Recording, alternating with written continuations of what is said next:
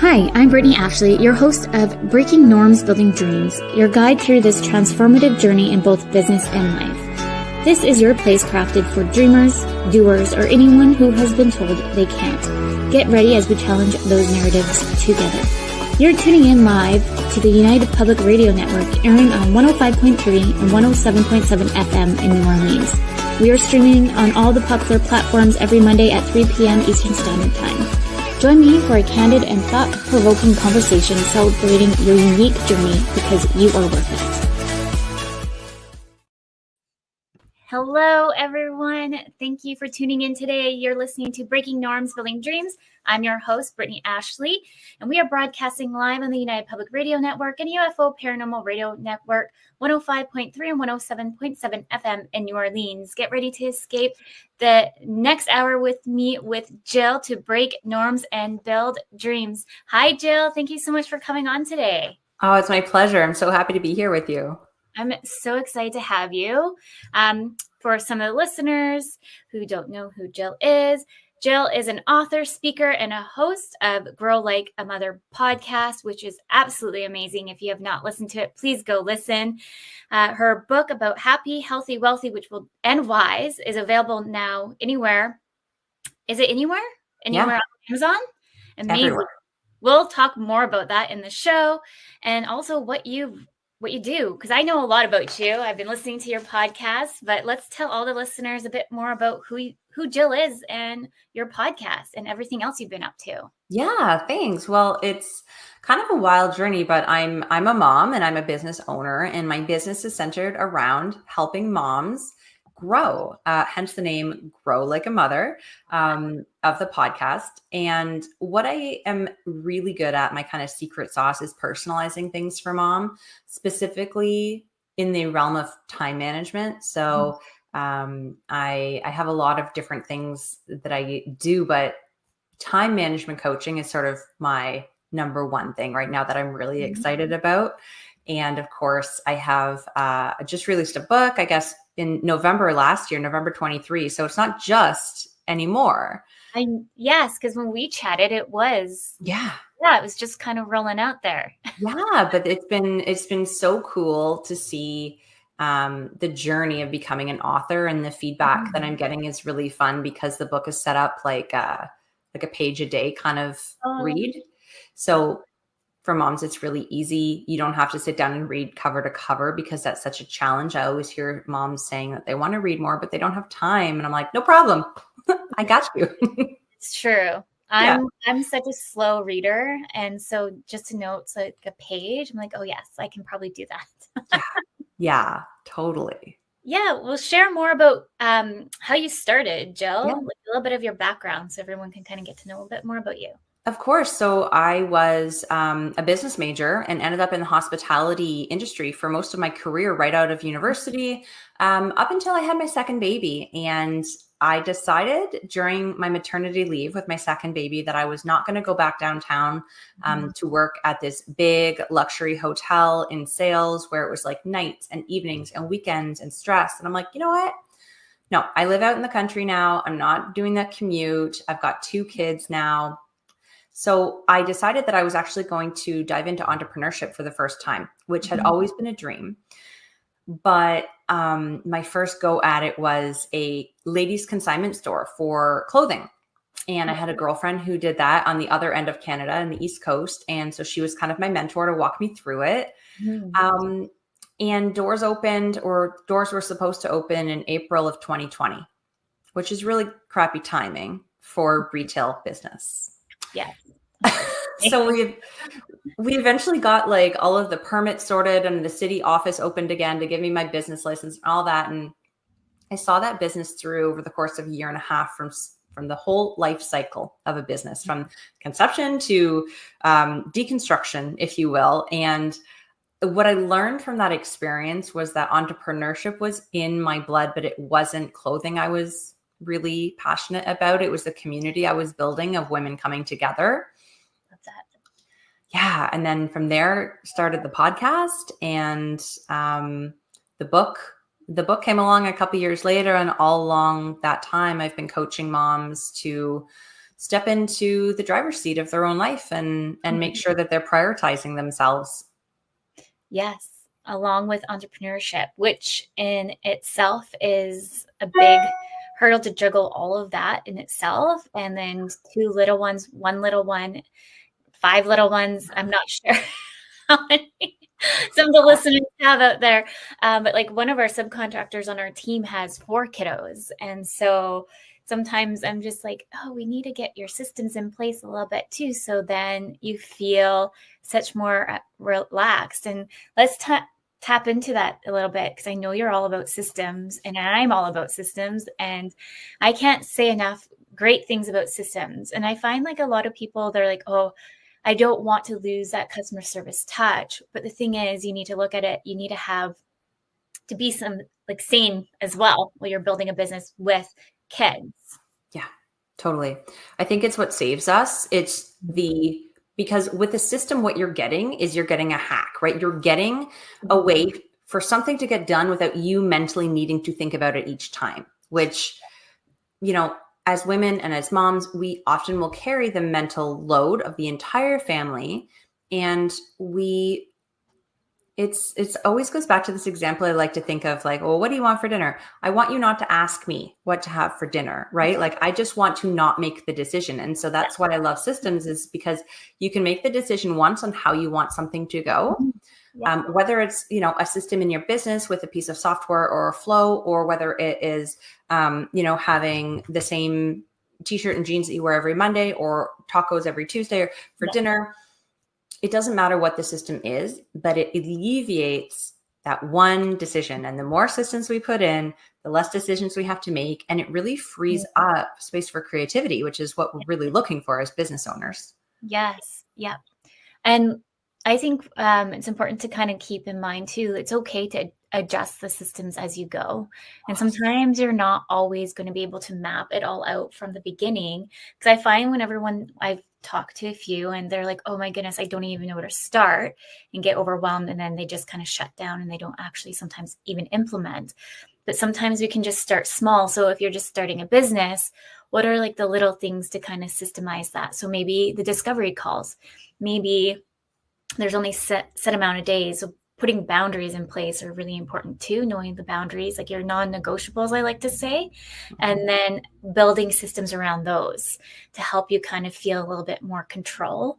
I know with myself, when I first started my business, I was like, how am I going to run this business with an 8-month-old? And who still needs me, still breastfeeding, all these things, and still trying to build a foundational business. So then I don't have to go back to a 9-to-5. And then I was like, oh, because luckily I worked in tech. So I was like, you know what, this is where the automation needs to come in. And I kind of went on my own venture. And like right now, this year is my years to like, the business now has been about 5 years, give or take. And I was like, the system doesn't work for me anymore. I'm starting to do things a lot more manual than I need to. And there's no point of having any systems in place if you're finding that you're doing like the stop go game. So like I was just telling you before we came on live here, this is the year for system cleanup, system refresh, brand refresh, all the fun things. And I'm excited.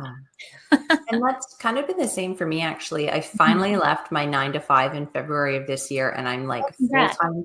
Yeah, it's great. So full-time entrepreneuring now. And the thing that I loved most was having the time to like set a solid foundation for the business, so that when I want to gear up, I'm ready. And it's not like I'm scrambling, and it's not like I can't keep up, because when I want to turn that faucet on, and I'm not, I didn't want to turn the faucet on until I knew that everything was in place. And that was always really important to me, like just in my body, feeling safe in my business, Yeah.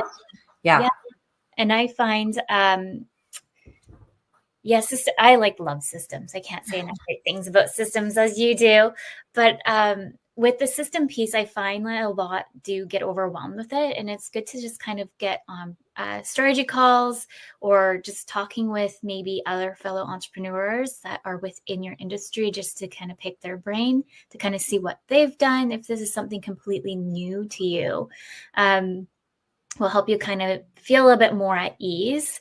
But for me, myself, like looking back, I'm like, I've changed this business so many times that I feel like I always joke that I'm like a hippie, but I didn't know that you were in the hospitality industry. That's so interesting because that's also, I came from that background as well. Oh, And wow. so myself, I'm always like customer service driven. So Mhm. how can I implement that within a system, time frame or anything like that? So maybe you have some input on there. Yeah, I think something that you said earlier really I want to make sure people hear is that you can change your systems. Hmm. They're there to support you for the season you're in. And when your season changes, not if, like when, because everything is always updated, you need to make sure you're updating your systems and making sure they match, right? It's like as you go through your life, you update your wardrobe and make sure that it still represents you and fits you and feels good, right? You update your nutrition plan or your exercise plan, or Hmm. you update your relationships. Sometimes you update the way you parent. So making sure that with our systems, we're really checking in, Mhm. often, whether it be every quarter or whatever feels right for your business, but saying, hey, does this still support me in my goals? Are my goals the same or have they changed? And Mhm. trust yourself to make the changes that are necessary. And you can't feel, I guess bad might be a weird word, but don't feel badly that you are changing things, because it's all growth towards that next thing. You're constantly changing. That's what business is about. And I think also, to add to that, think of what makes sense to you. So for me, like, I don't have my phone number on the website. Mm-mm. I will never have my phone number on the website. One, because I don't like phones. I think working in the industry, the tech industry, I was like, because I was admin for a bit there, I was just hated the phones.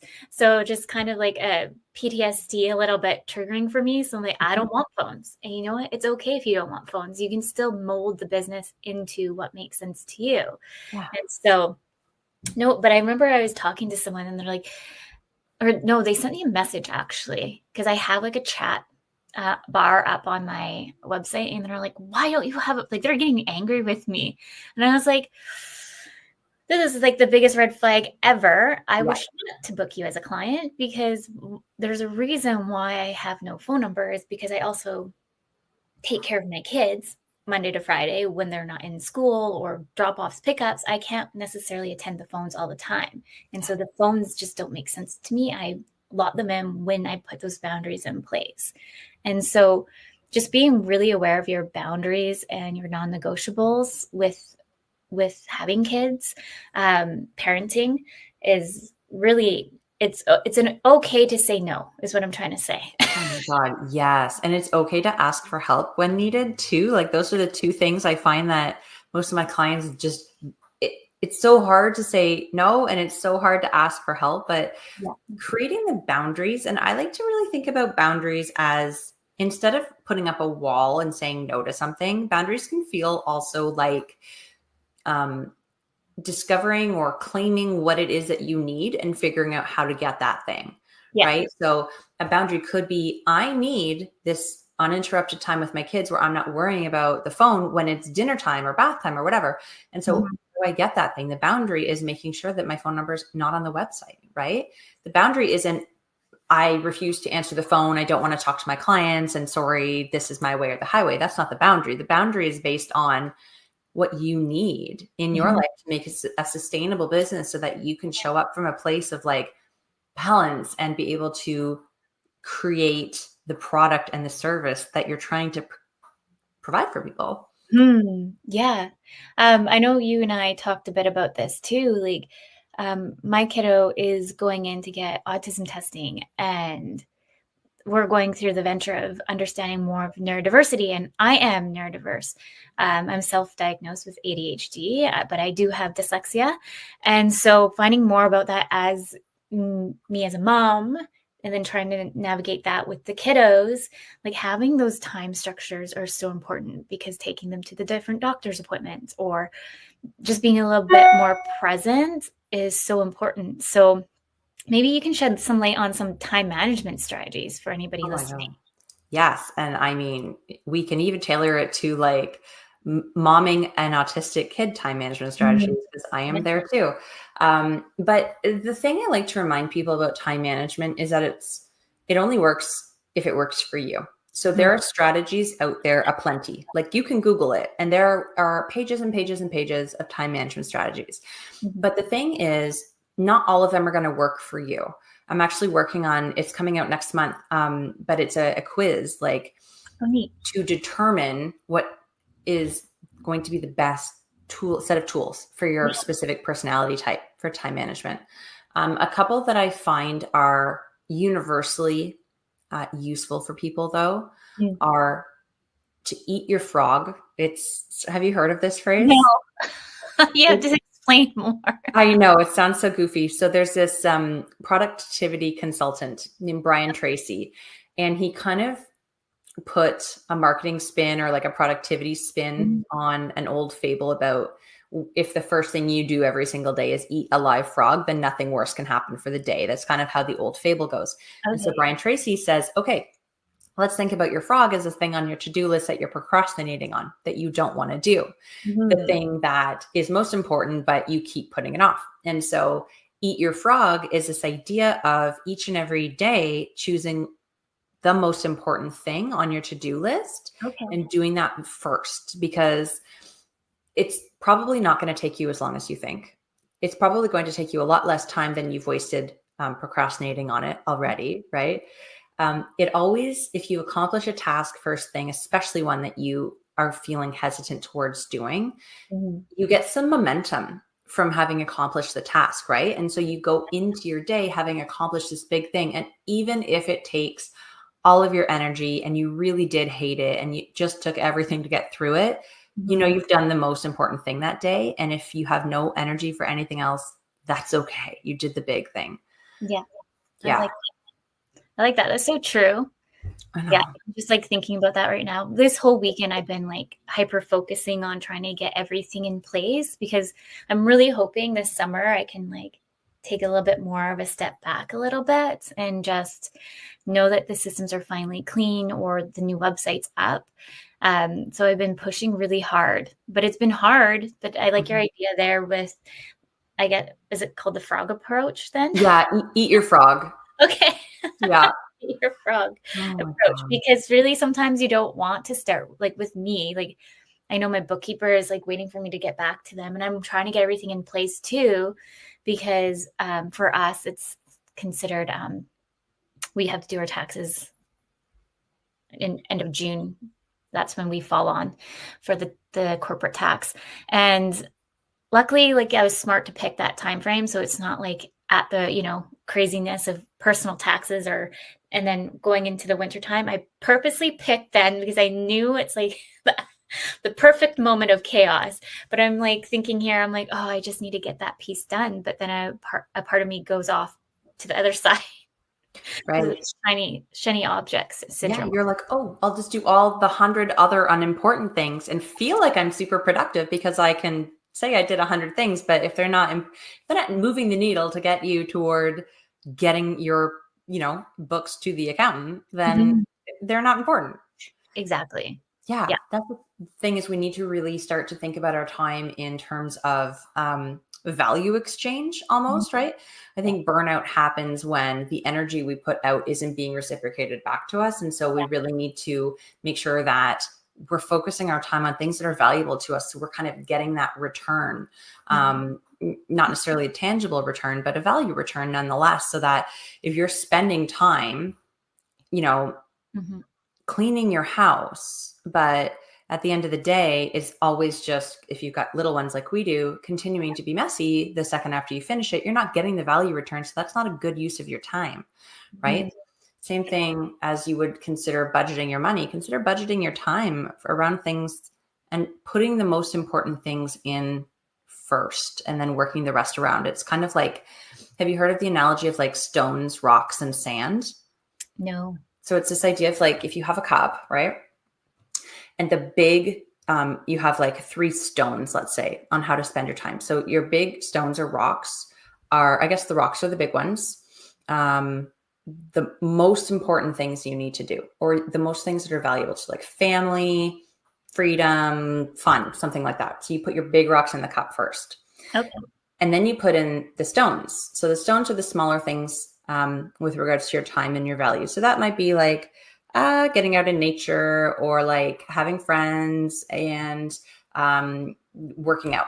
So the stones then fall, but there's space under the rocks. So you can, the stones will fall. And then the sand is everything else. But if you had put the sand in first and done everything else first, and then put the medium stones in, you wouldn't have space at the top of the glass for the big rocks, the important thing. So it's the same idea, is that you put the important things first in your glass and everything else will find space, but your important things are done first. Yeah. I feel like the more you explain that, I was like, I feel like I've heard this, or maybe I'm having like a deja vu moment. I don't know. Yeah, I didn't explain it very well, but the idea is like, do the important things first and there will be room for the other things. Yeah. But if you do it the opposite way around, there's often not enough time dedicated at the end to the important things. So do it first. Yeah, no, I love that. And it's so true. I find, especially with like ADHD, I kind of go all over the place. Yeah. And so like just trying to take that moment to really focus sometimes on the important things is super hard. Like, for example, one of the things I'm trying to do is create new portals for clients. And I just need to stand in front of a camera. And the thing is, these videos need to be done because everything like the automation's done, but the videos for these pieces are not done. So I can't push anything live. So it's like this vicious circle. Yeah. I actually had a really great session with an ADHD. She calls herself a neurospicy millennial entrepreneur. And she has ADHD, and she was trying to get a handle on like, okay, I'm an entrepreneur. I make my own schedule, but like I have ADHD. And so it's really hard for me to figure out what to do with all my time and like create systems that I feel good doing. And what we came up with for her, one of the tools was to make sure that that frog or that thing she wants to do that she's been putting off, that there's an element of fun attached to it. Yes. So I'm like, okay, either if it's something to do with writing, like grab stickers and fun colored highlighters and markers, or if it's recording something, if you sit at your computer and watch maybe or record, grab a bowl of ice cream or like some popcorn or something and bring that in, or whatever feels fun to you. But if you add that element, that's going to help secure it together. Yeah. Yeah, because I get bored so fast. Yeah. Like it's ridiculous. Like I always joke, like I'm the worst virtual assistant if you ever need me, because if I know how to do it, then I'm done. Like I'm like, it's done, one and done. To the next. Totally. What else can I learn? I never figured out why I didn't fit into a 9-to-5 until like being an entrepreneur. So I was like, no wonder I didn't fit in, because I needed that like dopamine to make sure that I was constantly learning or whichever to propel forward. I just want to talk about balancing responsibilities a little bit, because as moms, parents, we have a lot of responsibilities. How do you balance and juggle everything in between? I always like to think of balance as a verb, not as like a destination. So it's something I'm constantly doing, is like balancing all the priorities, because everything is changing in terms of its importance, right? Depends on the timing. It depends, if there's a kid that fell down and is bleeding, that's obviously going to take more importance over the email that has to go out today because there's a live person bleeding versus an email. Even if I set myself up for a timeline, that can wait. But if there's no bleeding child, that email is top on my list, right? So it depends, and it's a constant balancing act. But something that I find most helpful is making sure that we're resting in the proper way so that we can show up when we do need to put in extra energy in one place or another. We're coming at it from this place of feeling more full from ourselves, and not trying to just run on empty. Some of that can look like, each person's rest is going to look different based on a lot of factors. I specifically like to look at their human design type and figure out what kind of rest is suited for their their basic energy type. But asking for help, creating breaks, making sure that you're prioritizing rest in a way that feels good to you. Like someone who might be a generator in human design isn't going to do well with sitting and meditating for their rest. They could think of nothing more like less restful than that. They are going to rest by like going for a walk or doing the dishes or having some sort of busy work to keep their body busy. Right? Yeah. That's me. Sound familiar? Yeah.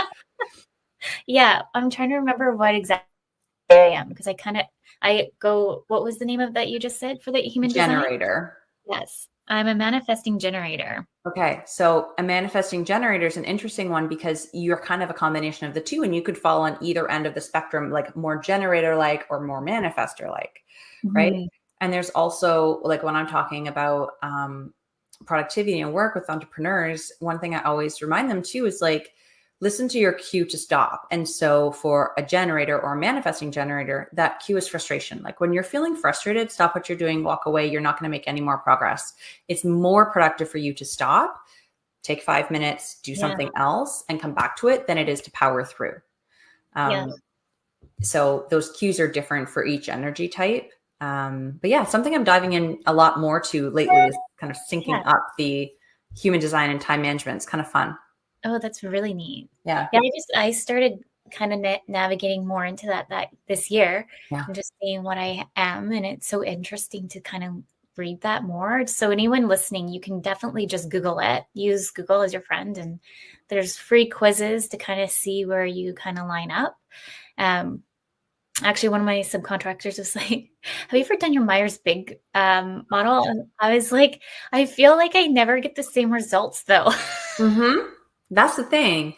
Those kinds of, it's funny because like an Enneagram or a Myers-Briggs or something like that, it depends on where you're at in your life. Or if you've ever done those, like, I used to get corporately trained on this all the time in hospitality, like your colors, they had like red, yellow, blue, green. And every job I was in, I had a different color, and it was based on like my role. If I was a detail oriented job, like maybe I was a coordinator for somebody, then I was more blue, which was detail oriented. But if I moved into like a sales role, then I'd be more yellow. And because I was interacting with people as my role. So it is really interesting. And there are other ones like, let's say, human design or astrology or something like that, where it's set based on your birthday. So they don't change. But with those, what changes is like what's happening in the stars, so there's always moving pieces. It's so interesting. That's so interesting. I love that. Yeah. We're already at the 30-minute mark for those just tuning in. You're listening to Breaking Norms, Building Dreams. We're live on the United Public Radio Network and UFO Paranormal Radio Network, 105.3 and 107.7 FM in New Orleans. Can you believe it? We're already 30 minutes in. My next question is self-love and well-being. As moms, it's very difficult for time. It's so hard because of it, especially in the beginning of your baby's life. Each and every baby, you're going to experience this over and over, is that they need you so much more in the beginning. Of course they do, right? But as they transition out and become a little bit more independent, moms sometimes have a hard time transitioning out of being needed.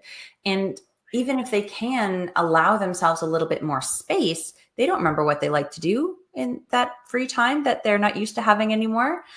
I like to give moms an opportunity to start slowly with this sort of self-love, self-care, time for self by each week just finding 60 minutes. And if you can't, then 30 minutes is a good start. But like, put it in your calendar. It doesn't need to be the same time or day each week. Just once in the week, make sure that you are putting aside time, but with no expectation of what you do with it. And you can show up in that time and just ask yourself, like, what do I need? Like, do I need a nap? Do I need to call a girlfriend? Do I need to watch funny YouTube videos and get a laugh? Do I need to move my body, or do I need rest? Do I want to read and do something like for my mind, or do I want to zone out and maybe try to meditate? Is it, like showing up with no expectation prior of how you're going to feel in that moment, and allowing yourself to start to just trust, okay, what do I need in that minute, in that moment? Because then you're practicing this skill of prioritizing what you need, even if it's for a short time. And that's something I'm still trying to navigate for myself. And like, let's just talk a little bit too about mom guilt, because Mm. I feel like if I take that self time, then the mom guilt comes in. But then I'm doing like all the other things on top of it. And like with my ADHD, especially this year, I don't know what it is, but it's to the point where my anxiety's been like so high that I'm just like, it's easier for me to just sit there and watch TikTok to zone out Mm-hmm. and like regenerate a little bit. But then I also feel guilty. So it's like the Yeah. which I get one? that. Well, I think that like the zoning out on TikTok can be it can be a really good way to rejuvenate and regenerate yourself, right? Mhm. It's a way of like clearing the mind. You literally do not need any cognitive function to be able to just sit there and zone out, right? But the guilt comes, I think, from not feeling like you use that time to do something. That can Mhm. happen a lot. Or a lot of moms I talk to feel guilty for spending time in their business and away from their kids, especially if they have something that is during a time where they would normally want to be with their kid. Like maybe they have a speech that they have to give in an evening one week, right? And it's really good for their business, but they, even though they're getting something really valuable in return for their time spent there, they still have that guilt about missing out. And I think that the way to remember two different things, actually, two different really important things here is the first, don't compare how much time you're spending with your kids or at your job or with whatever you're feeling guilty about with what anyone else is doing, right? I think that social media can give us this warped perception. I know this is not a new concept. We all know that we get each other's highlight reels on social media, right? Yeah. But we all have to make these decisions on where we spend our time, whether you're Beyonce or, Hannah in Nevada. It's like you all have the same 24 hours. So whether you're hiring a nanny or getting help from the grandparents or working 3 jobs or you're with your kids home all day, it doesn't mean one is better than the other, but you can't compare your situation, right? The second piece of it from mom guilt is really making sure that you're focused instead of the lack of time that you're spending on one area, Mhm. about the value of you being somewhere else. So for example, if you are putting time in your business and it's taking away from your kids, for example, you are showing your kids by modeling behavior for them that women work, you can support yourself, it's okay to follow your dreams, you Mhm. work hard, you get results, right? And Yeah. so putting it in that frame of reference instead of I'm a bad mom because I'm not there tonight, right? Mhm. You're actually giving a gift to your kids by modeling for them. And the same thing I think goes with any personal growth that you're doing, even if it's not business related, like sitting down and reading a book for 10 minutes while they sit and read a book for 10 minutes. Yeah. You're showing them that it's okay to slow down and prioritize learning and enjoyment, right? And then I like that. it's okay to do that. And then they grow up with this whole different set of like, especially if you're doing these things, pre 7 years old, where their brains are just like taking in everything as truth. You build these little people who grow up to have a lot more tolerance for rest and for self-value and for going for their dreams and less guilt because they're seeing it from us. So It's very true. Well, I'm easier actually, said than done. yeah, Yeah. exactly. Anyone listening, other parents are probably like, We get it. because mom guilt is brought up quite a bit. And then the unfortunate thing is in this generation with social media, we do have a lot to compare ourselves to. And Mhm. unfortunately, for women specifically, we have a lot sometimes of don't look like this, do X, Y, and Z. You should be wearing this, or you know what? It's just like endless. And so when you're starting to go on that social media like downward spiral, it's really hard to sometimes get yourself out. So I think to remind people to like remember that you never know what's happening behind the scenes is really important. And trying to put yourselves in other shoes and giving people that kind of grace as well and hold back judgments, because I feel like sometimes we always go in that negative state. It's just ingrained in all of us. Sometimes we do unfortunately judge others, but how can we switch those narratives so when we start going into that judgment state, to think more positively. I can't remember what I did. It was like it's a coaching technique for coaches, and we're all kind of broken up in different tiers. No matter what, we're all have judgment in us. There's another few pieces involved, but judgment is always the one. And he was saying, like, remember to take yourself, like your past picture of you when you're a kid, and what would you would have told that kid of, don't judge yourself because of X, Y, and Z. And so it starts to remind yourself to kind of go backwards a bit more, of taking those steps back, and also then try not to compare yourself to other people too. Yeah. You do. I love that. And it's the same thing you like with your own kids. Just what would you tell your own kids in that situation, right? Or what would you want them, how would you want them to start going through their lives thinking about things with less judgment on themselves or on others, right? Like, yeah. Yeah, 100%. This is a funny thing that happened on the weekend. We're going to rewind this for my daughter's wedding if she ever gets married. So we got a phone call from the principal, and they're like, oh, we don't know how to tell you this, but your daughter ate some fertilizer. Oh, God. Like, oh.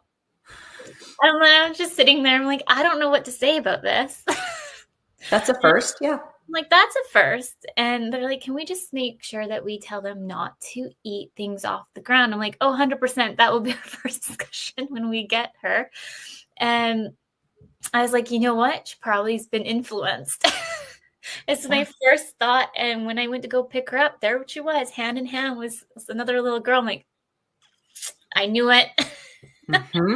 Yeah. And just like our kids are having these influences all the time, so are we, right? Like it's exactly. Yeah. Would you just think the young self if you were influenced to go get told, by the way, she's fine. We call it poison control. All is good. It was just, apparently she didn't fully eat it. So we're good.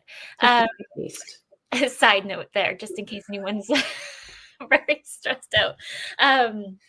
But she was like, oh, well, because she did it, I did it.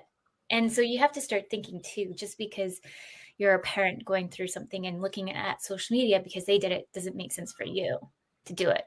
Yeah. Like maybe not eating fertilizer, but just to kind of put that a little bit more in perspective, a bit more. Yeah. And even we can take that further and talk about trends as business owners, right? Especially in the lens of social media, in the TikTok reels or like the voiceovers or whatever the dance trend is, right? Like just because that's a thing that's out there doesn't mean that that is the right thing for your business. Like really remembering to trust in your brand, what feels natural and right to you, showing up in ways that are authentic instead of getting wrapped up in all of these because they're never going to stop. What does the algorithm say? What is the popular trending audio right now? It's like, if we can stay in our lane and focus on what we know works and what we know is true for us, we're always going to get better results than spinning our wheels trying to chase the shiny new thing. 100%. We just did like a brainstorming session, and this particular person was like, just talking about social media, being like, I feel like I need to really show up. I feel like I need to put my money and hire somebody to do social media. And I popped in and I was like, well, like, what's your return on investment? Does it make sense for you to actually be there? Because I'm going to tell you right now, you're probably putting money down the drain. I'd rather you show up that's more authentic to you, like you're just saying, and be true to who you want to be. So what do you like? And naturally, they love doing YouTube videos. And I was like, then do that. Yeah. And then you can cross promote those to other channels if you want to. Use like a social media management tool to cross promote. Make sure you're showing up right here, and that's your focus, and that's where you get your return on investment on. And voila, you're still tapping everywhere you need to, but you're still being authentic to who you are. Yeah. And I feel like because there's so many marketers, there's so many pick a niche or all these things. I think like even to this day, I never niche down, and I'm a marketer. Yeah. I just say just whatever feels right. And if you feel like you're in alignment with those clients or those prospects, then really nurture them, and one thing will lead to another. Yeah, with the business and momhood, I want to ask about being present, because we talked about self love, balancing time management, but how about being present? That's a really hard one because we've got like, I always like to think of them as like B reels in the back of your mind. Like, even though you're in something, there's other stories playing. Oh, I gotta do this. Can't remember. Can't forget this. Or what am I gonna do about this thing? Oh yeah, the school form that needs to be signed, and like all of these stories, thoughts, and seemingly important things running in our brains at all time, which prevent us from being present. And this morning I realized, like, our phones. Obviously, I'm sitting on the couch with my son trying to check an email while he's doing something on his phone, and he's just quiet. But then he's like, well, watch this thing with me. And I'm like, yeah, but one sec. I just need to, like, real quick do this one thing. Right. Yeah. But no one else is up. And it's this sweet, quiet time that just he and I have together. And I'm like, okay, like, you can do this email later. But really, I'm like, oh my God, I just need 2 seconds. But to be present with him in that moment requires me to sort of sacrifice a little bit in terms of the other thing on my plate. Mm-hmm. But knowing that, I always like to set up my day to know that I have 20 minutes set aside to do those types of admin things in pockets throughout the day, maybe, so that I'm not stressed about, okay, if I don't do it now, that's fine. I'm not going to forget, because I know coming up, I've got that time set aside to do that. That really helps me.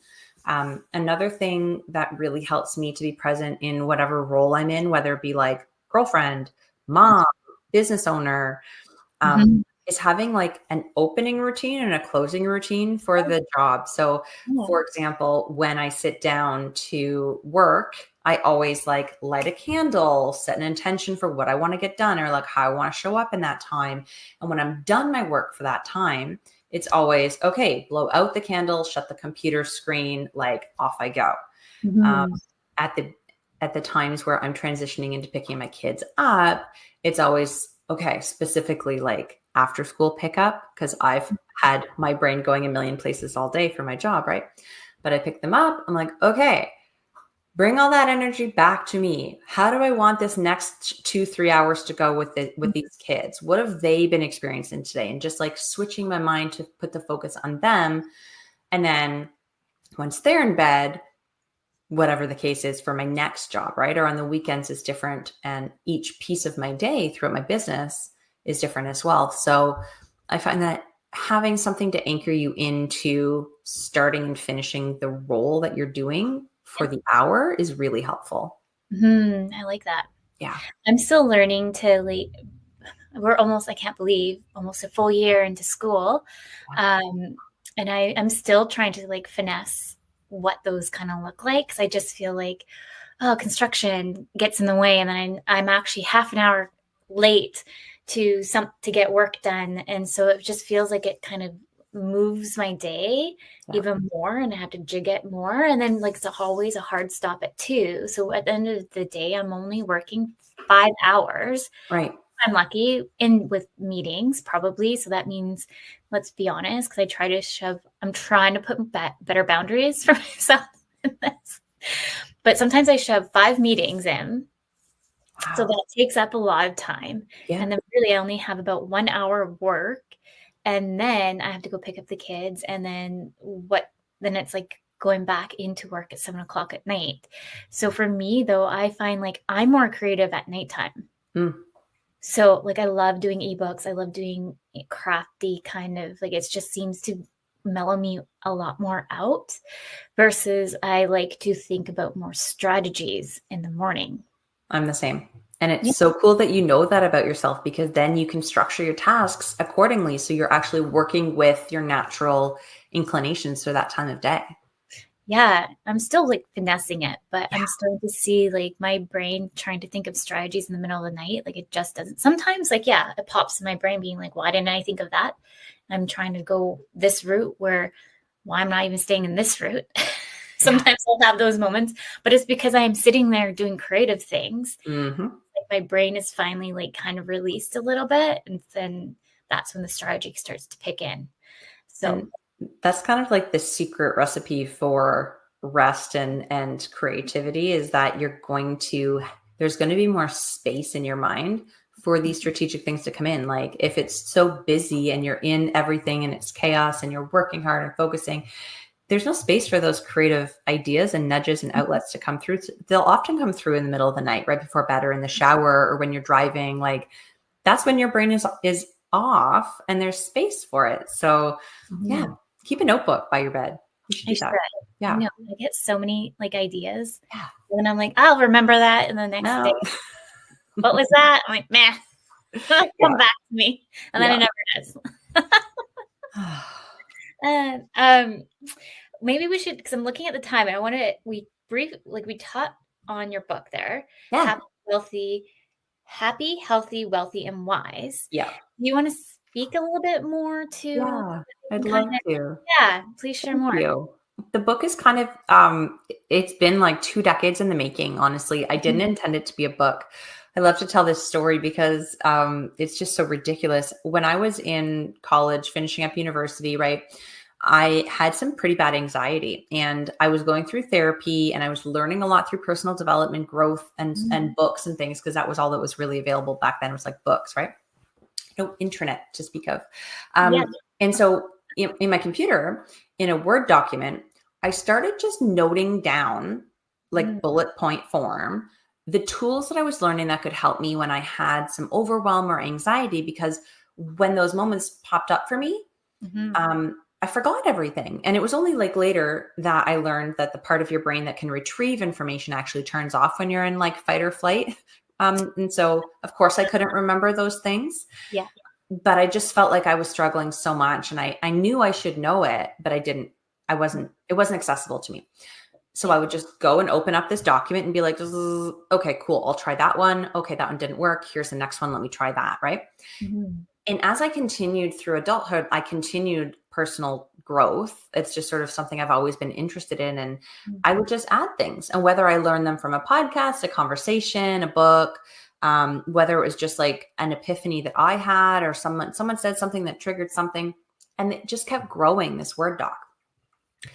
And eventually I was like, wow, this is a lot of pages here. And I should really do something with this, because it's been so helpful for me that I know it can be helpful for other people too. Because if I'm not the only person in the world with anxiety who forgets their tools when they're in, crisis state, or even like low grade crisis state, just like feeling overwhelmed, like, oh God, what should I do? I have no idea. Oh, well, take a few breaths, right? Or maybe practice some gratitude. So I eventually, I collected all of these little pieces into the 4 pillars of happy, healthy, wealthy, and wise. They all fit into one of those themes.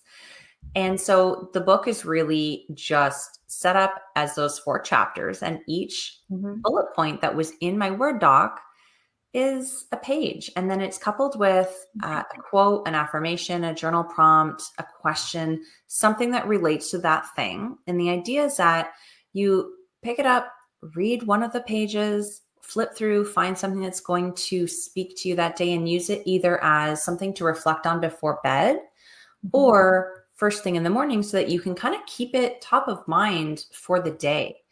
And there's all kinds of different topics in there, but it's just a tool to help you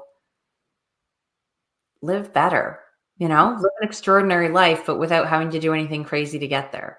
Love that. And any of the listeners listening on actually, maybe I'll just put it in the chat too. Yeah. Let me just open it. It's right here, looking at the front here is the name of the book, but just let me put it in the chat. So anybody listening on the fly, they can grab the link to the book. Totally. And you mentioned that they can get it on Amazon. Yeah, it's on Amazon, Barnes & Noble, Chapters Indigo, Walmart, Target, anywhere. Amazing. Yeah. I grabbed it. There we go. Awesome. The chat here for everybody. It's just pushing out for everybody.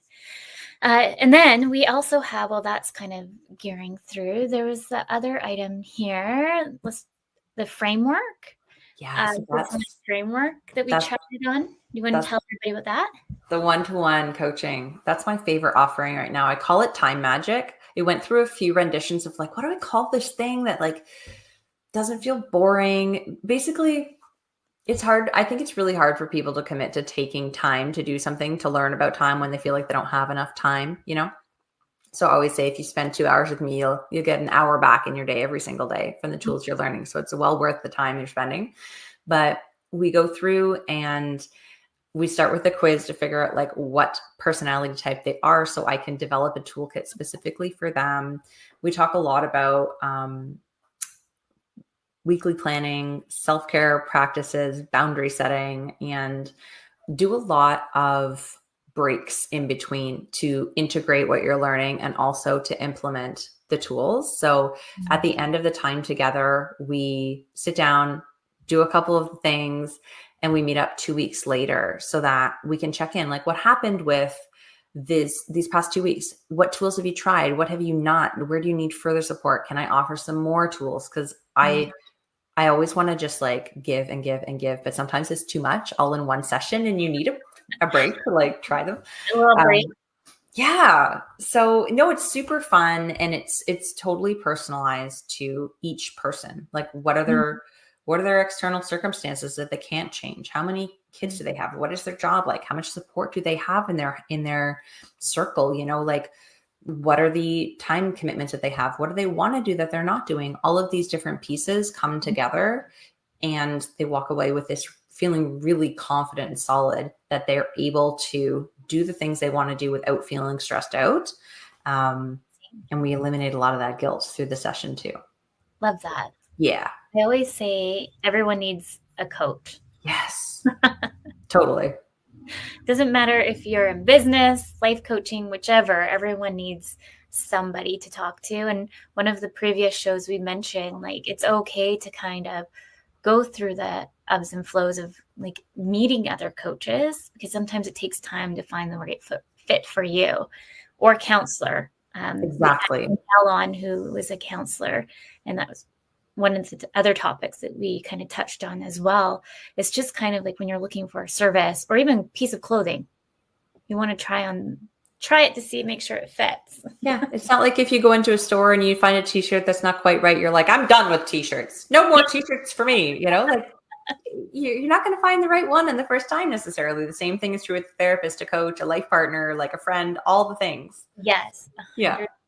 So always make sure you also try to go on discovery calls too, and just get those little kind of connection pieces. Yeah. I'm just looking at the time. I thought maybe we can end with kind of wrapping up on like mindset and positive thinking. Mm-hmm. I feel like right now I've been meeting a lot of different entrepreneurs, moms, parents, and unfortunately with the market here all over the world, Canada, it's been interesting for a lot of entrepreneurs. I know a lot of people are losing clients left, right, and center. It seems like I just feel like we all just need to ride the wave. And one thing, like what we're doing, is fixing our systems, a slight rebrand, I would say, and thinking of different kind of strategies of adding on more services so we can accommodate more to these changes. But do you have any tips and tricks for a positive mindset?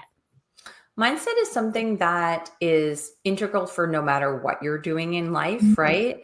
It's one of those pieces that is a constant practice. And the biggest piece of it for me is just remembering that you can control it and that your mindset dictates every piece of your life. So there's a lot of benefit to mastering the mindset and to being in control of the thoughts that are going through your head, because they do present your reality, but it's also an enormous task to be focused on that all the time. It's exhausting, right?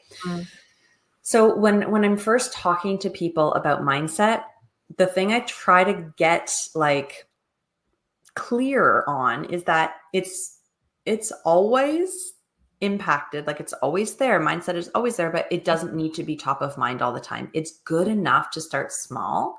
Yes. It's good enough to catch yourself if you're having a bad moment and have some tools to change that mindset. I even learned one from my hypnotist the other day about like when I go into stories and spinning about self-worth, right? As a business owner, like, oh, my product's not valuable. Oh, no one's going to buy it. Blah, blah, blah. Like we all have these stories, even though like people are buying it and it's fine. We still have them. Yes. She's like, just grab something, like whatever, and just slowly start to move it from hand to hand. And what this does is it like disrupts your brain pattern. So the story stops, right? It's the same thing. It's not necessarily demanding of yourself to have a positive, growth focused, abundant mindset all the time. It's noticing where you're at, and in that moment, just making a small shift. Of course, you need to know the tools or learn the tools that work for you. But one thing I heard that really stuck with me was, if you imagine a scale of emotions, right? And you can find these on the internet. They're like high emotions are like love, gratitude, whatever. And then you go down and down and down. And at a certain point, it's like neutral emotions. And then you get into like fear, hatred, resentment. Wherever you're at on that spectrum of emotions, you don't need to shoot for the love and gratitude. You literally just need to shoot for the next level up. Just the next emotion up. Right? Something different than where you're at. And that is a mindset win. And the more that you do it, the easier it becomes, because if we can move something into the subconscious mind, it becomes a habit. We don't need to think of it anymore. And mindset's the same. We can do that with our mindset. And one tool that I find very effective for that personally is hypnosis. Never tried hypnosis. Yeah, I love it. That's so neat. Yeah. Oh, well, thank you for that. Yeah, I find that's definitely something I've had to master along the way, but I'm not by any means by any expert. But I feel like as I built this for the last 5 years, having like a strong mindset really helps you push forward, because entrepreneurship is hard. Parenting is hard. So the combination of the two is just, how can you look more positive forward in whatever shape and form that might look like to you, will help you kind of take that one negative step back forward again. Yeah, absolutely. Well said. Yeah. Well, thank you, Jill, for coming on the show. I'm so excited for your book. I'll have to get it. And I'm coming on your podcast. Let's just quickly talk on that before we jump off here. Everyone can come and see your podcast at Grow Like a Mother. I'll put that in your social media link down below as well for everybody. But do you have a range with guests on the show, just for anybody kind of listening, thinking of listening, what they're going to expect? Yeah, totally. So, I mean, I have business owners like yourself who come on and share about their journey. I have people who are in the parenting space. I actually had someone who was on specifically to talk about ADHD in kids and raising them. And I have people talking about lots. I have so many sort of woo people now that I started a Woo Woo Wednesday segment. So we talk about like energetics and manifesting and dreams and crystals. And then we also talk about growth and habits and mindset a lot, and feminine power. Some people come on and talk about it. Literally runs the gamut, which is so fun. I'm in season 3, so there's a lot of episodes on a lot of different topics there. There's certainly something for everybody, but it's focused and geared towards moms who want to work on themselves and remember who they are outside of that role of mom. Love that. And we chatted on time management and imposter syndrome. Yeah. So if anyone wants to, when is that going live? Oh, soon. I know we timed everything in accordance. So anyone listening, I'm curious. I'll fill you in after. We'll get the exact date, but it's soon. Perfect. And I'll put it in the chat for everybody listening. But yeah, I'm going on Jill's podcast too. Part 2 conversation. I'm excited. Well, thank you everyone for listening today. Thank you everyone at the United Public Radio Network and UFO Paranormal Radio Network. Next week, we have Nadine coming back, who is a life coach, mom coach, all of the great things. She comes in every month. So I'm excited to have Nadine back. So with that, next week, remember, your journey is unique and your worth is unquestionable. Thank you again, Jill, for coming on. Thank you so much for having me. This was such a great conversation.